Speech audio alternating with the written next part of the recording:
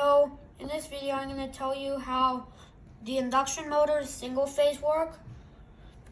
And as you may or may not already know, motors, they all require some sort of AC to spin. DC motors, they self-excite, I guess, or not really self-excite, they like turn automatically because of the magnetic field. But AC motors are slightly different because you will need some sort of device to create a phase shift. First, let's talk about the shaded pole. Sorry, I can't really show you this whole thing at once. And this is my reference sheet, so whenever we need to look at something, I'll just show you here. So we have AC motors, that's what I'm talking about. The shaded pole motor, you may occasionally find a different tap, which would create what's called a transformer shaded pole motor. You occasionally put a tap there if you need to run like lower voltage stuff, I guess. So you have your main coil here, and normally you just have to like push it or something to get it to start because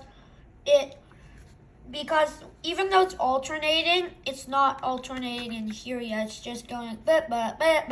So this, you'll probably only find it on one, but basically it makes, for example, this one, this would be north, but this would be zero, so no magnetic field, so it would cause like a slight attraction or something that would cause it to start spinning. I may show a video on how I create my own. And over here, I'll talk about the capacitors and inductors next, not the LC circuit. But you have your main winding here, your run winding. You have your start winding here.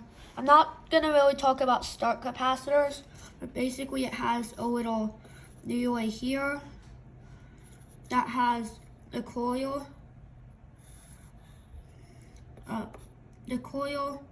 So it actually connects here. So when it gets the voltage, it would open and then disconnect the start capacitor.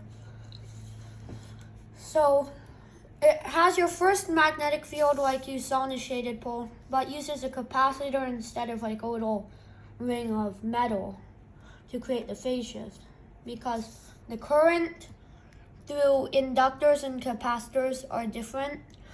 Resistive loads are in phase, and inductors and capacitors also generate what's called reactive power.